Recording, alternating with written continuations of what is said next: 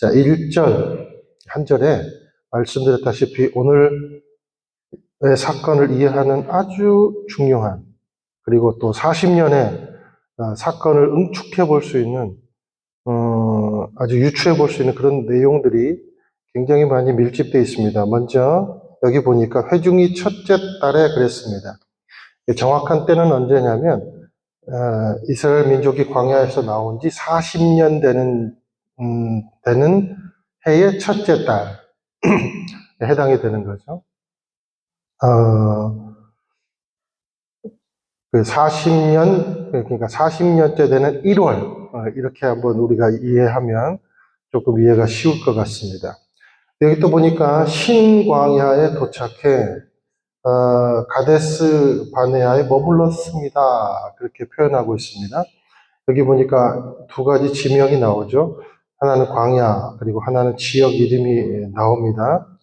자, 여기서 신광야, 이렇게 1절에 큐티책이나 우리말 성경이나 뭐 개역개정도 마찬가지일 거예요. 신광야라고 표현이 되어 있지만 이 정확한 이름은요,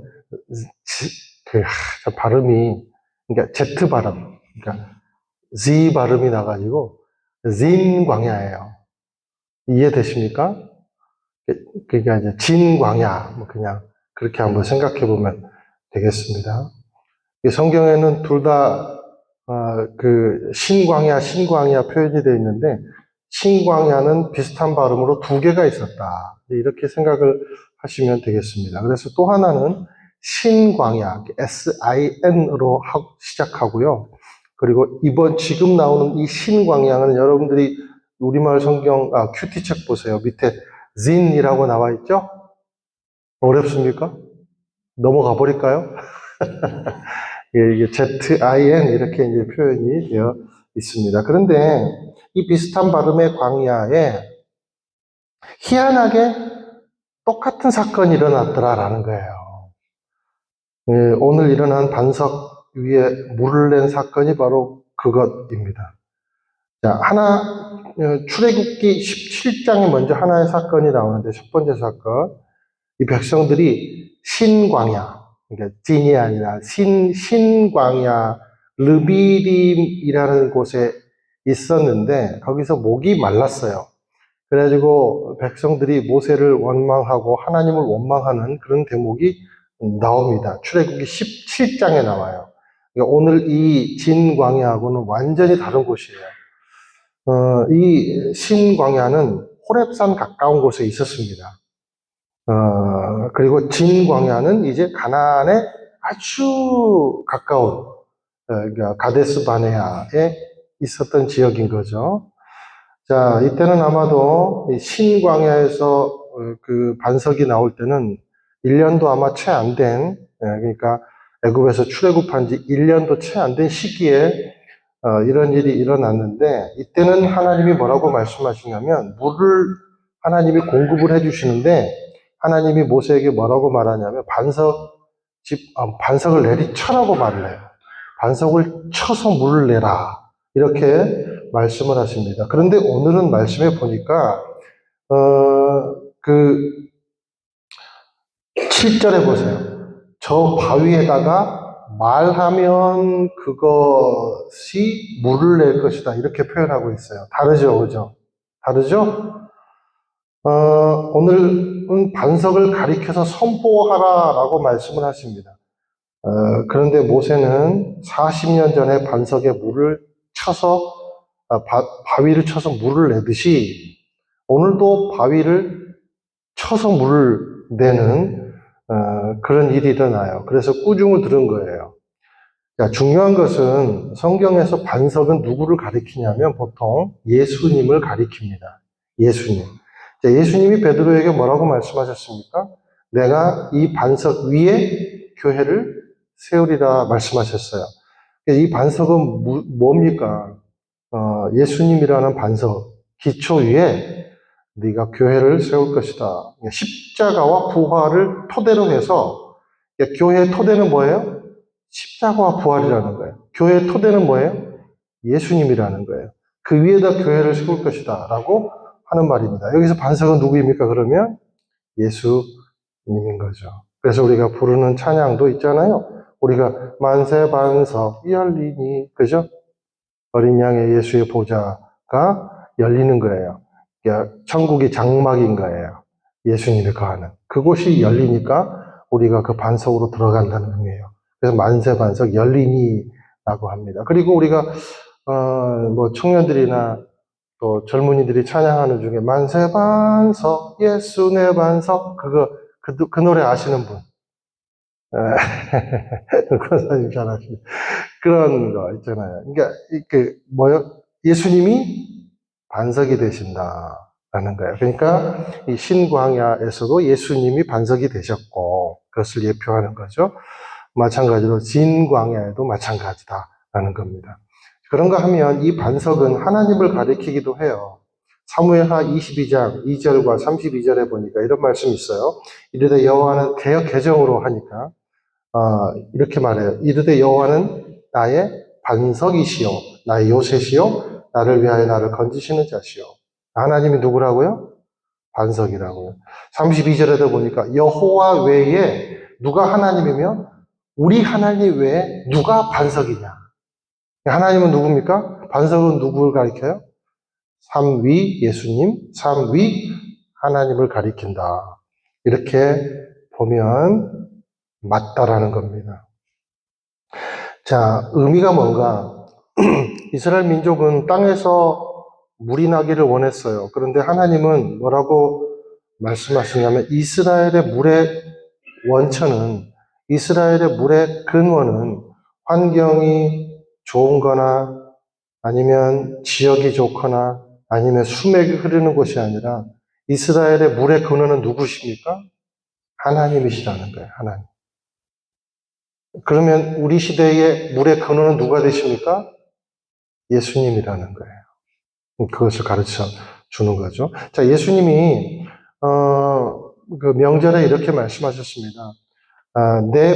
내가 네 배에서 생수의 강이 흘러 넘치게 할 것이다 그랬어요. 생수의 강. 결국 물은 어떤 것입니까? 모든 생명의 토대가 되는 게 물이잖아요. 여러분, 우리 물 못 먹으면 죽잖아요. 그렇죠? 아무리 숨 쉬어보세요. 물 없으면 사나. 그 호흡이 끊어집니다. 자, 그 생명의 토대가 누구란 말입니까? 반석이신 예수님이라는 거죠. 그런데 오늘 보니까 내 배에서 생수의 강이 넘치게 하리라 그랬어요. 여러분 오늘 말씀 11절에 보세요. 제가 읽어드릴게요. 그의 지팡이로 두 번 내리치니 물이 많이 쏟아져 나와서 회중들과 그들의 가축들이 마셨대요. 이 말은 무슨 말이냐면 예수님이 말씀하신 거랑 똑같아요. 내 배에서 생수의 강이 넘쳐 날 것이다 라고 말씀하신 거예요. 그러니까 출애굽기나 민수기에서 이 반석에서 물이 나왔다고 하는데 이 물이 예수님에게서 나오는 이 물 상징하는 거지만 이 시대에 진짜 이 물도 그들에게 실물로 본 물이 쏟아져 나오는 그 물이 그냥 수도꼭지 틀면 짜실짜실 나오는 그런 줄 서서 먹는 물이 아니라는 거예요. 여러분 이때 이스라엘 민족이 신광야나 진광야나 줄을 서서 물을 받은 그 양동이를 가지고 물을 받은 게 아니에요. 이 말은 무슨 말이냐면 넘쳐 흐른 거예요. 그래가지고 이 백성들이 감당이 안 되니까 자기 장막으로 물이 흘러 들어올까 봐. 우리가 바닷가에 텐트 치고 자면 잘못하면 물 막 넘쳐 흐르고 그러잖아요. 밀물, 썰물 막 와가지고. 그게 겁이 나가지고 이 장막 주변으로 뭘 파요? 우리 장막에 못 들어오도록 도랑을 팔 정도로 물이 흘렀다는 거예요. 이게 넘쳐 흐른다는 거예요. 예수님이 우리에게 성령 충만의 은혜를 보혜사 성령을 우리에게 부어주시고 예수님이 우리 가운데 은혜로 역사하시면 네 배에서 뭐예요? 생수의 강이 네가 장막에 도랑에 물을 풀 만큼 넘쳐나게 될 것이다. 더 이상 너의 필요를 구할 필요가 없을 만큼 예수님이 너의 필요를 정확히 아시고 또 너에게 근원이 되는 그 선물을 줄 것이다. 이게 내 배에서 생수의 강이 흘러 넘친다라는 의미입니다. 그래서 여러분들이 출애굽기나 그리고 이 민수기의 말씀을 묵상할 때 예수님이 내 반석이 되시고 예수님이 우리 가운데 성령으로 역사하시면 우리 가운데 모든 생명의 근원이 되신 예수님께서 우리의 삶을 돌보시고 넘쳐나게 인도하신다는 사실을 선포하는 거죠. 여러분 그런 삶 되기를 주님의 이름으로 축원을 드립니다. 완전히 다른 차원의 삶을 살더라라는 거예요.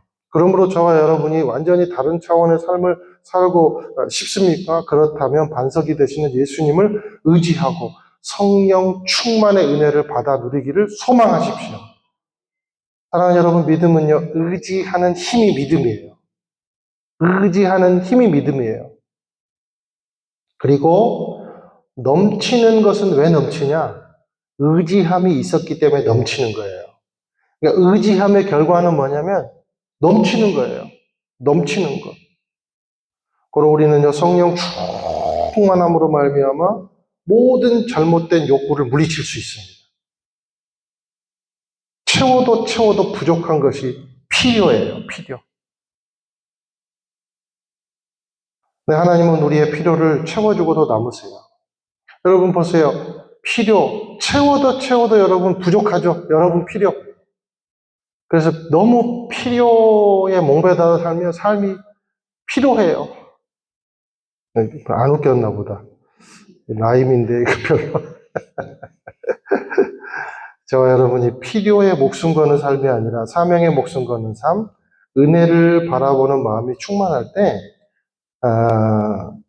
반석 되시는 예수님께서 도랑을 파야 해결될 정도로 엄청난 은혜를 우리에게 부어주실 줄로 믿습니다. 세상이 줄 수 없는 평안이 진짜 평안입니다. 이 은혜를 받아 누리는 저와 여러분이 되기를 예수님의 이름으로 축원드립니다. 자, 이제 또 보니까 가데스에 머물렀다고 기록을 하고 있어요. 자, 진 광야에 가데스라는 곳이 있었는데, 자, 여러분 가데스라는 이름을 생각할 때, 가데스 바네아라는 이름을 생각할 때 뭔가 그 과거의 역사와 데자뷰 되는 것을 느끼지 않아요? 자, 이 가데스에서 무슨 일이 일어났는가? 여러분 그 새벽 예배 큐티 할 때 이거 다 나눈 내용인데 그렇죠?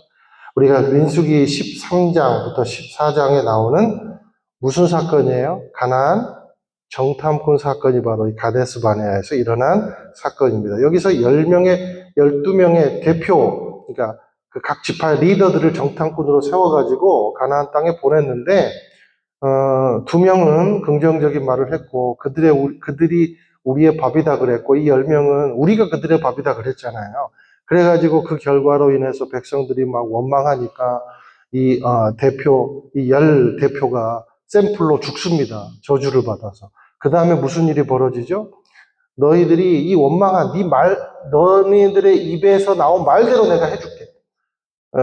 너희들이 원망의 말을 하면 그 원망의 말이 그냥 하나 하면 하나로 그치는 게 아니라 10배, 20배, 10,000배, 10억 배가 될 것이다 그랬어요. 그래서 하나님이 그렇게 말씀하세요.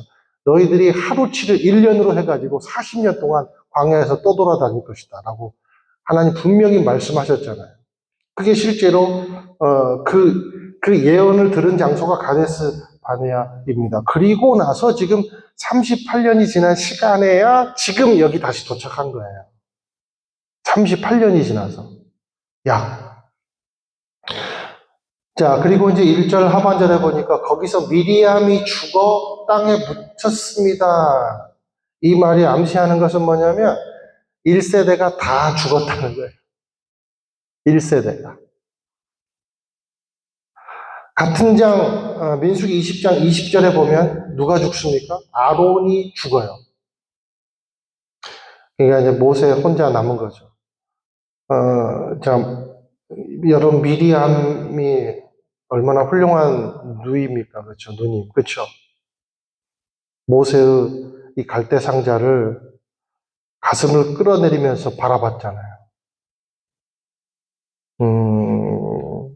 초등생 누이, 지금으로 따지면 초등생 누이. 그 누이가 이 서슬퍼런 계엄 시대에 노예 시절에 어디까지 쫓아가요? 바로의 궁까지 쫓아가잖아요. 그래가지고 이 초등생 누이가 유모를 자처하죠. 그 사람이 미리암이에요. 뭐든지 미리 안다고 미리 암이 아니고 굉장히 헌신적인, 동생을 너무 사랑했던 그런 누이가 죽었어요. 이제 그 형도 곧 죽습니다. 그러니까 1세대가 다 지금 쓸려간 거예요. 과거로 묻혀버린 거죠. 이제 그러면 주류는 누구이겠습니까? 2절부터 나오는 이스라엘 2세대들이더라라는 거예요. 2절에서 5절 같이 함께 한번 읽겠습니다. 시작. 회중들이 무기 없어 모세와 아론을 대항해 모여들었습니다. 말했습니다. 우리 형제들이 여호와 앞에서 쓰러져 죽을 때 우리도 함께 죽었더라면 좋았을 텐데 당신은 왜 여호와의 총회를 이 광야에 이까지 이끌고 와서 우리와 우리 가축들이 여기서 죽게 하십니까? 왜 우리를 이집트에서 이끌어내서 이 끔찍한 곳으로 데려왔습니까? 여기는 씨 뿌릴 곳도 없고 무화과나 포도나 석류도 없고 마실 물도 없단 말입니다. 여러분 가만히 이 불평을 들어보면 이런 생각 들지 않아요? 그 컴퓨터에 보면 그 컨트롤 C, 컨트롤 V 그 복붙 복사해서 붙여넣었다는 느낌 들지 않아요? 그죠? 어쩜 그렇게 1세대랑 똑같은 패턴, 똑같은 워딩, 심지어 자신들을 저주하기까지 합니다. 우리 형제들이 하나님의 손에 죽을 때, 우리도 같이 그때 그냥 죽었어야 돼. 죽었어야 돼. 살아서 뭐해? 왜 우리를 이집트에서 이끌어내 끔찍한 곳으로 데려왔어? 환경과 사람만 바라보는 거예요. 그러니까 하나님이 삭제되는 거죠. 사랑하는 여러분, 환경과 사람만 바라보면요. 그 자리에 하나님이 없어요. 삭제돼요. 저와 여러분이 하나님을 삭제해버리는 인생 살지 않게 되기를 예수님의 이름으로 축원드립니다. 또 하나 뭐냐면 죄는 전수된다는 거예요. 1세대하고 똑같이 행동하잖아요. 불평, 불만 다 전수됩니다. 내 실수와 내 결함 하나로 끝나지 않아요. 그래서 13장, 14장에도 불평의 말을 하니까 그 말이 누구에게 전수되죠? 그대로 후대에게 전수되잖아요. 아담이 한 번 지은 죄가 지금까지 전수가 되잖아요. 그래서 아메바처럼 이 인류에 지금 번식되고 있지 않겠습니까? 자, 지금 이들은 40년째 계속 불평하고 있어요. 계속 불평해요. 자, 그 사이에서 모세는 견뎠어요. 화가 날 만도 하지요. 여기서 우리가 알 수 있는 것은 뭐냐면 나이 먹었다고 중요한 게 아니구나 라는 것을 느껴요. 아니, 여러분을 얘기하는 게 아니라 나 자신을 얘기하는 거예요. 오해하지 않게 되기를 바랍니다.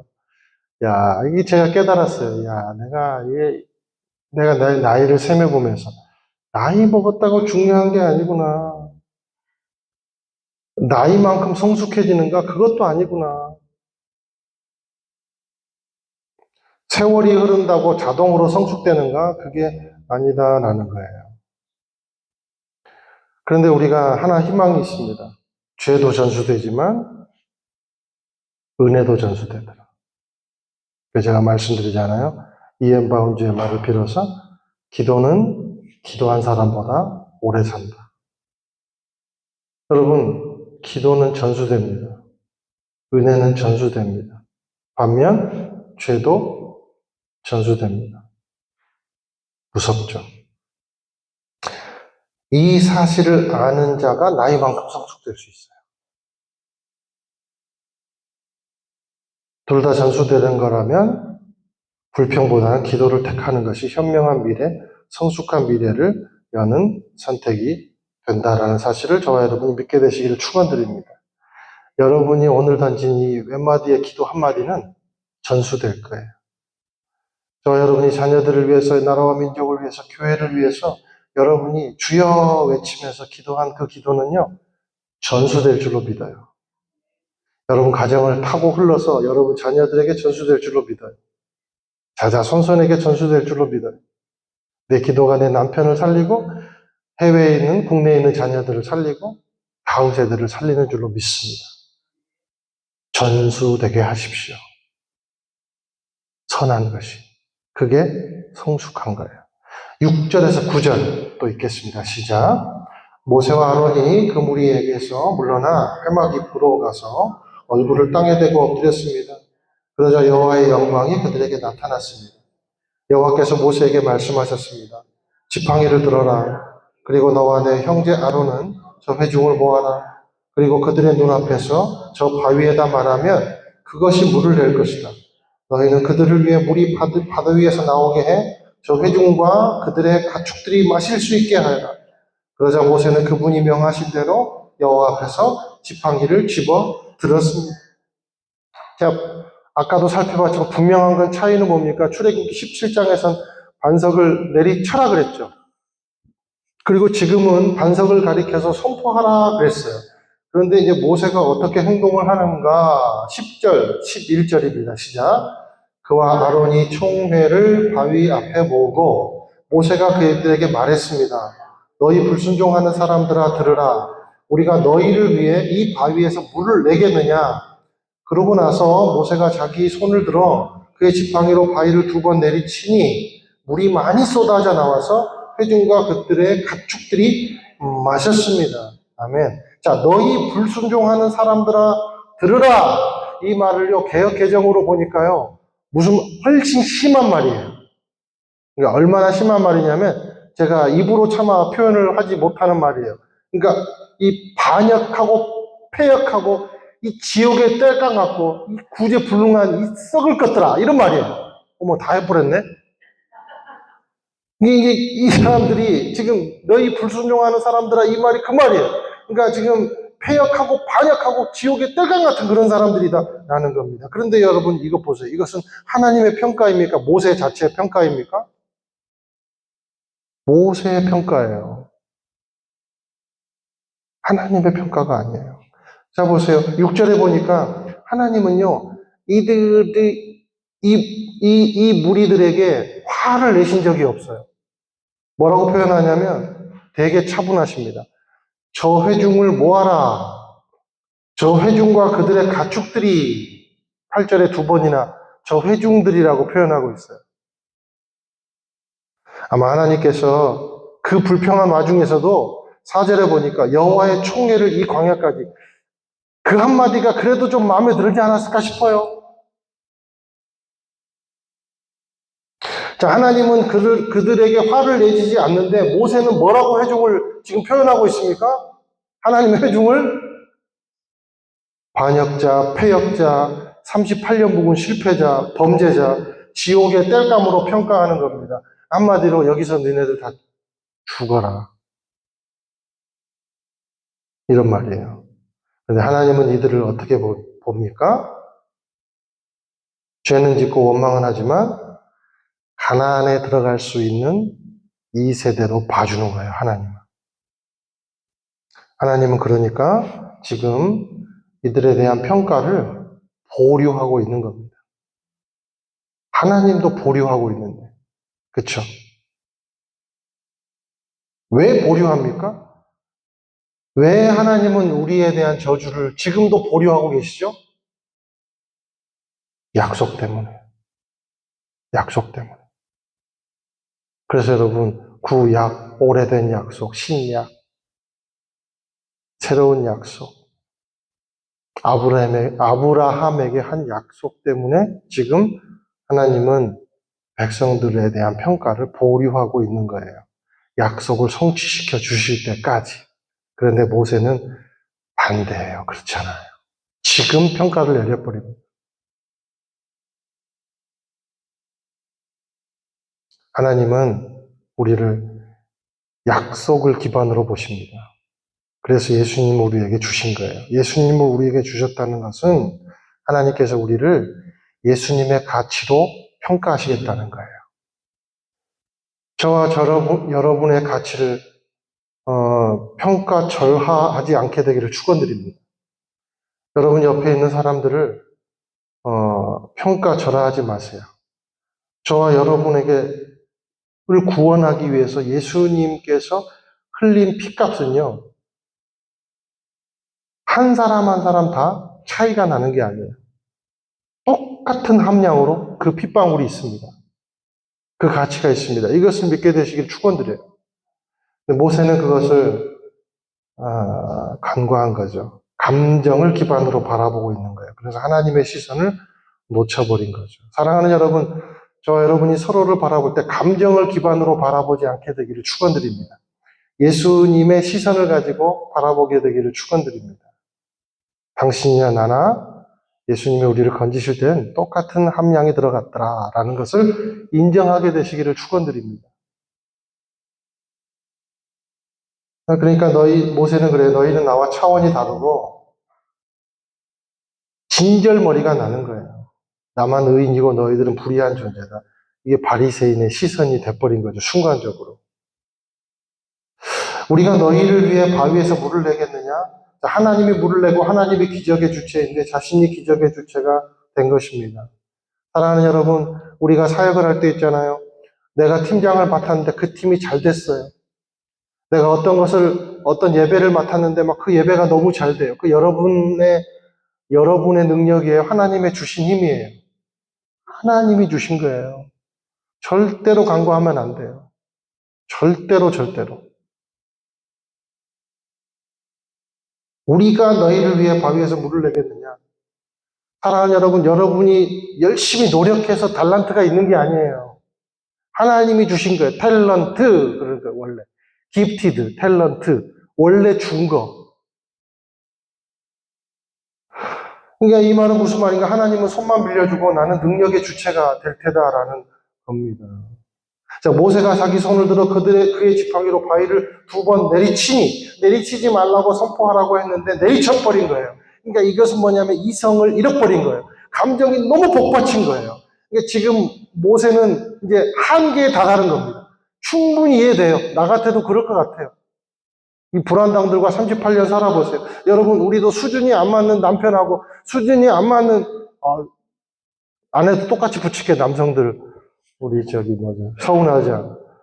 보통 이제 몰라요. 내가 괜히 심한 말을 해가지고 실수를 했네. 보세요, 여러분. 우리도 수준이 안 맞는 사람하고 이렇게 몇십 년을 같이 살면 아니면 또 그 몇 년을 같이 이렇게 지내보면 화병이 나지 않아요? 나중에 막 그 끓는 물 임계점에 막 다다르고 그러잖아요. 그렇죠? 그런 거 느끼죠? 나만 그런가? 나는 제공자구나. 우리 아내에게 너무나도 미안했어요. 나는 솔직히 저는 이 자리를 우리 아내가 축복의 통로가 됐다고 생각하는 사람이기 때문에 나는 야생마 같은 존재였거든요. 그래서 제가 늘 바보 온달과 평강공주라고 아내를 경배합니다.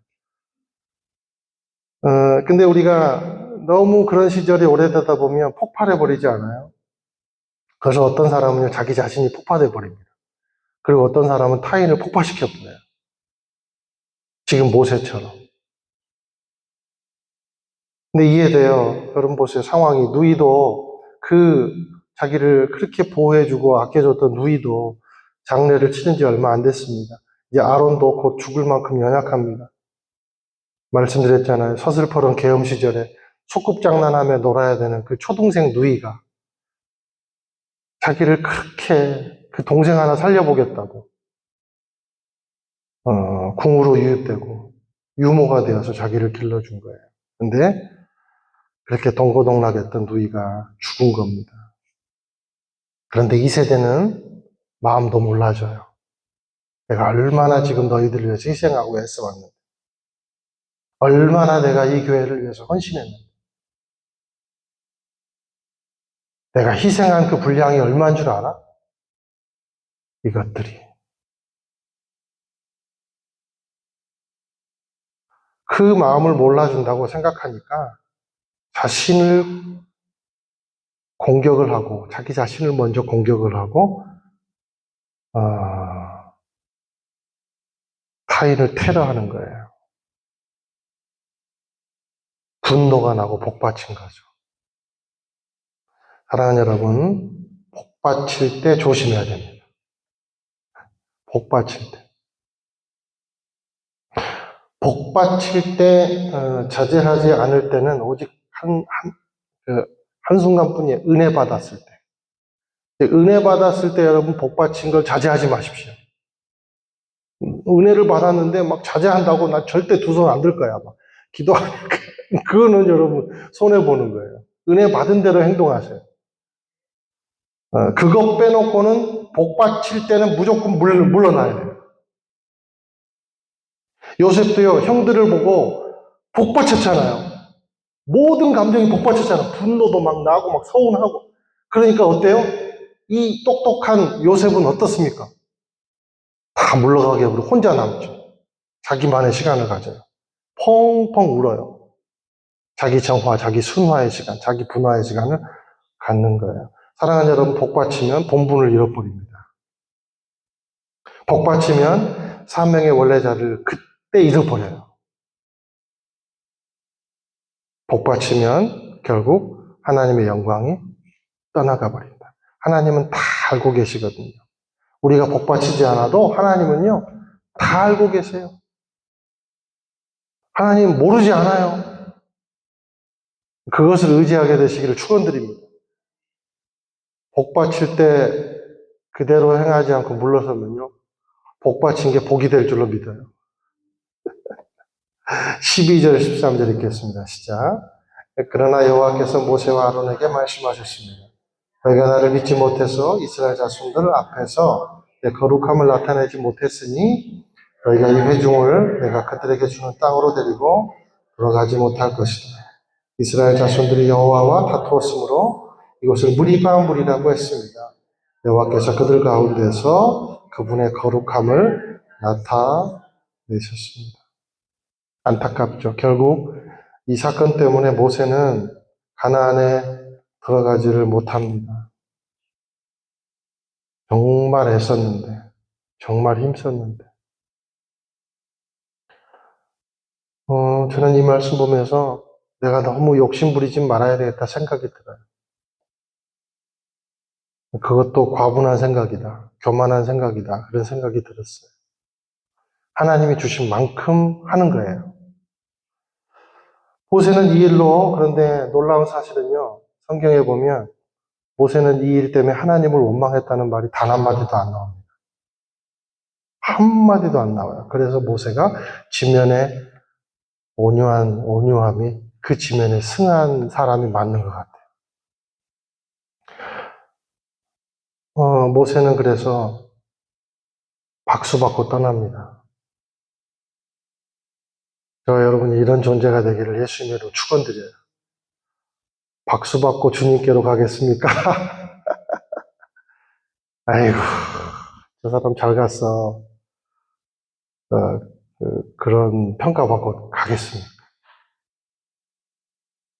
모세는 가나안 땅을 밟지 못했습니다. 그러나 그는 가장 먼저 천국을 밟았습니다. 놀랍죠? 패역한 백성들은 반대로 가나안 땅을 밟았습니다. 그러나 우상을 섬기다가 거반 저주받아 죽었습니다. 무엇이 중요한디? 그죠? 뭐가 중요합니까? 인간이 들어가서 사는 가나안 땅이 중요한 것이 아니라 영원한 천국이 중요한 것이라는 거예요. 주님이 살아라 하는 그때까지 잘 사는 것. 주님이 내게 주신 지경, 거기에 만족하는 것이 그만큼 중요한 것이다 라는 거예요. 오늘 설교 제목이 세월이 흐른다고 성숙해지는 것은 아니라 말씀의 결론을 맺겠습니다. 시간과 성숙은 비례하지 않는다. 나이듦과 시간이, 나이듦과 성숙이 비례하지 않는다. 하나 방법이 있습니다. 시간과 성숙을 대등하게 만드는 방법이 있어요. 그래서 뭔가 늘 말씀을 가까이 하고, 우리 교회가 하고자 하는 그 큐티, 매일의 묵상, 늘 하나님 말씀 가까이 하는 것, 그리고 겸손하게 주님 앞에 기도하며 나아가는 것. 이 단순함이 저와 여러분을 엄청난 성숙의 자리로 이끌 줄로 믿어요. 단순하게 사십시오. 그것이 성숙에 이르는 길입니다. 나 자신을 먼저 돌아보고 그리고 기도함으로 나아가는 것. 그것이 우리의 지혜의 길인 줄로 믿습니다. 함께 한번